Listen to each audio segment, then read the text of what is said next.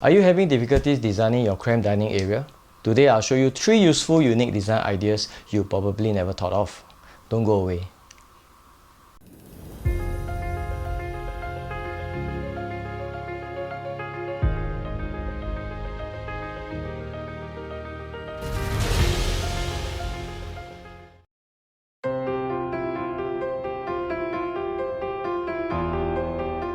Okay, this is 4-room HDB BTO.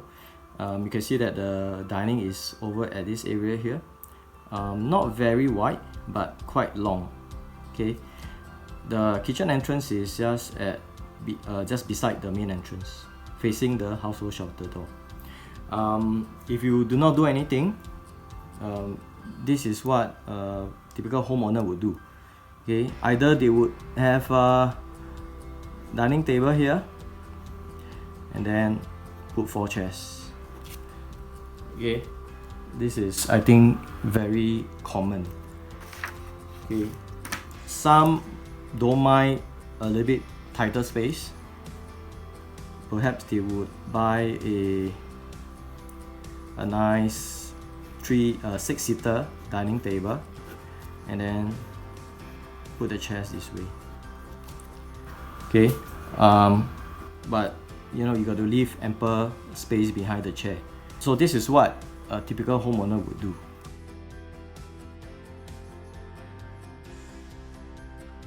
So this is what I would do.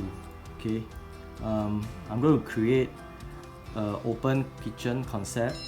Okay, with a 6-seater dining tabletop, right, with the fridge being placed outside this area, so that you have more working top space at the kitchen.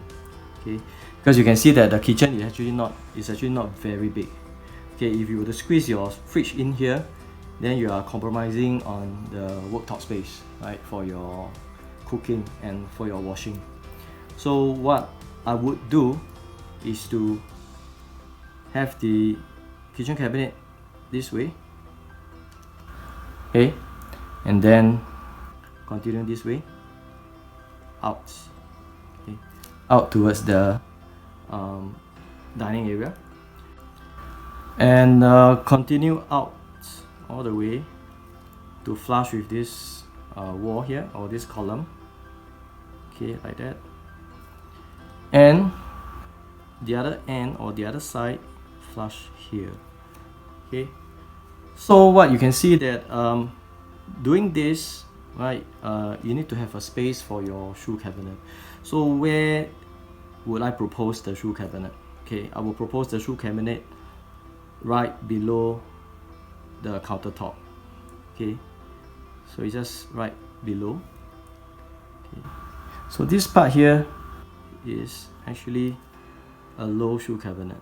Okay, and having stretched the dining table out all the way and flush with this wall, right, you can see that it's a good sized dining table, so you can have 3 chairs on one side, right? And as mentioned, I'm going to put the fridge over at this wall here. Okay, and then followed by some like a full height cabinet for your built-in oven, right, and then continue with a low kitchen cabinet this side here. Okay, so that will make like a nice walkway to the kitchen. Okay, so your hob or your stove, right, it has to be centralized, right, with this walkway. Okay, it will look more aesthetically pleasing.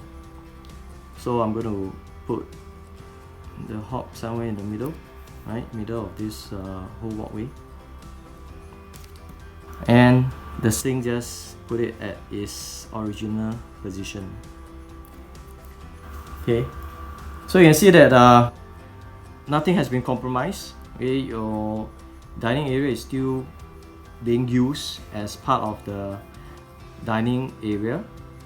Okay, the new dining area, and then you're actually placing your fridge somewhere here so it does not compromise the space over here.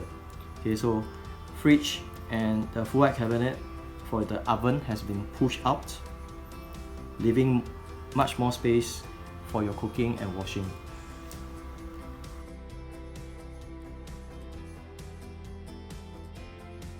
Okay, for this floor plan B, what you can see that the dining area is just directly outside the kitchen. Okay, so with the wall here, the entrance to the kitchen is this way, right? So you have a very small little dining area, which is about 40 square feet. And to squeeze in a 6-seater dining table, I think is a little bit cramped. Okay, so most homeowners would either do the table this way or this way, right?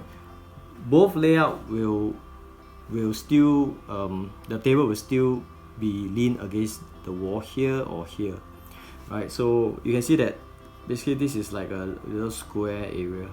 Okay, so no matter how you twist your table, right, it's still about 40 square feet, right? So with this length, which is about 2 meters, right, you can have this is what most homeowners would do, right? You have 3 chairs on one side. Okay, and this area is going to be very cramped. Yeah, I won't want to sit in there. Okay, so another alternative is to have a round table, and then you have that 4 chairs like that. Okay, so this corner here also is going to be very cramped.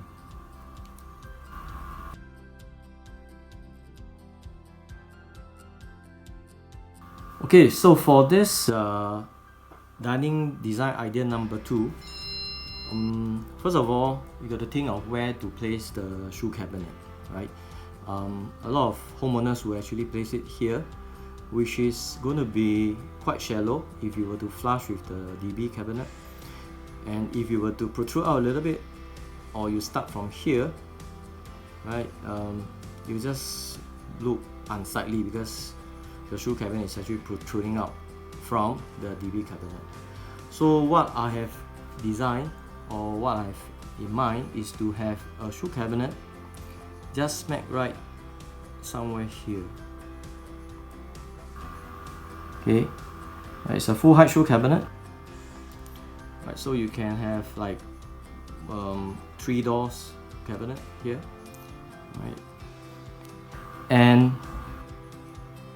by connecting the dining table to this shoe cabinet, right, I enlarge the dining table space. Okay, and the dining table will actually flush with the back wall here. Okay, so with this long dining table, right, you can easily sit 3 on each side. Okay, and at the back of this shoe cabinet, there's a little tabletop where you can have your display, right, just behind. Okay, and you must be curious why I've left a little gap here. So this gap is actually for you to peep through while you are at the kitchen and see who's coming. Okay, so and it also adds a little bit more interesting feature beside the shoe cabinet.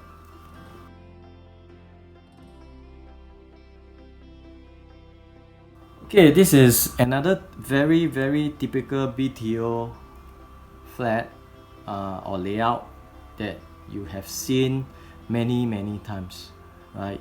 If you look at the dining area here, right, same issue. It's always a very small little dining corner. Okay, and your dining table will have to be tucked against the wall here or here. Okay, very typical this way. I'm sure most homeowner would do it this way. I don't know, maybe, yeah, like that, and 2 chairs or 3 chairs, just like that. Okay, very cramped. Yeah, it's very cramped.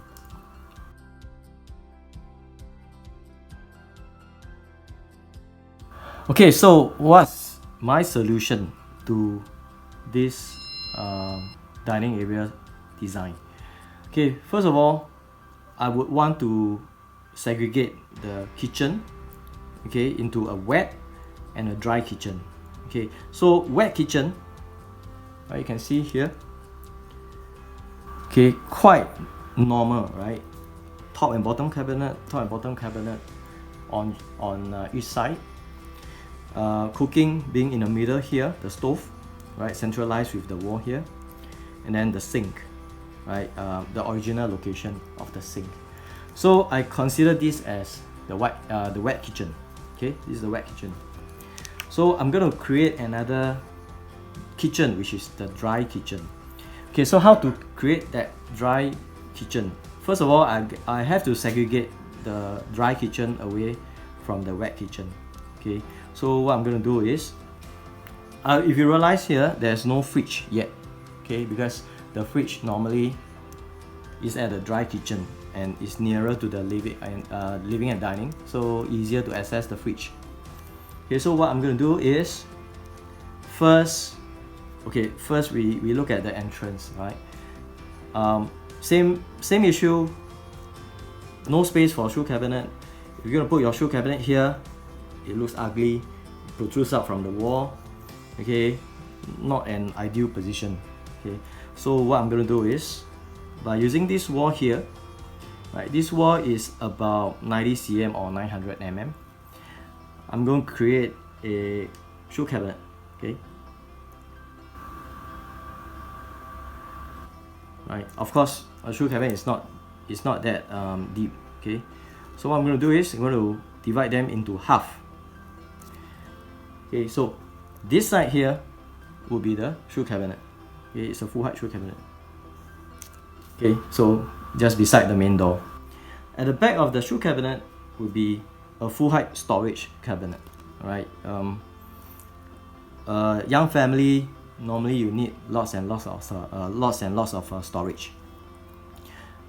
So a young family, normally you need lots and lots of storage. Okay, so this one is a full height storage cabinet. Okay, so by doing this, I have already created a dry kitchen area here, right? So with this little corner here, I'm going to put the fridge somewhere here.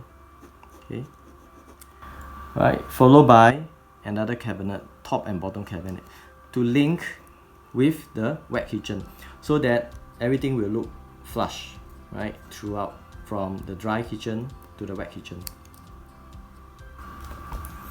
Okay, so then where is the dining table? Okay, so if I do it this way, I can decide how much I need for the dining table length, right? So by doing this, I can still have a 6-seater dining table. Okay, this dining table will flush with the corner of the wall here, and right, you can put 6 chairs or 4 chairs, depending on how long is your shoe cabinet. Okay, and once you have this, right, this is the entrance to the kitchen, or to the dry kitchen first. This is the dry kitchen, right, then wet kitchen. Okay, so dry and wet kitchen, normally you don't mix them together, so you need to have a sliding door. Okay, so what I did was to propose a huge sliding door. Okay, slide here. Right, so it slides this way. Right, so having such a big panel of sliding door, when you slide this way, it covers the whole wall here. Right, you can see the household shelter wall, right, is almost the same width as the sliding door. Okay, so this sliding door becomes a feature. Okay, as you can see in the photos later, right, you can see that once this slide out or slide open, right, it becomes a feature for this wall. Hi guys, thanks for watching until this far. I'm sure you're excited to see how I transform the 3 dining ideas into reality. Let's take a look now.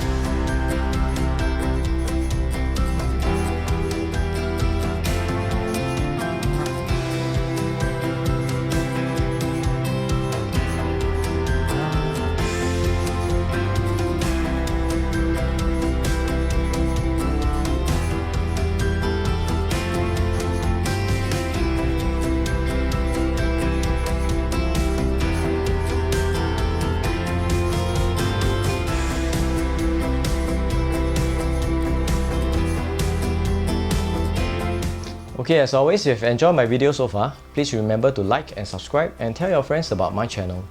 So for the time being, stay safe, take care, and I see you soon.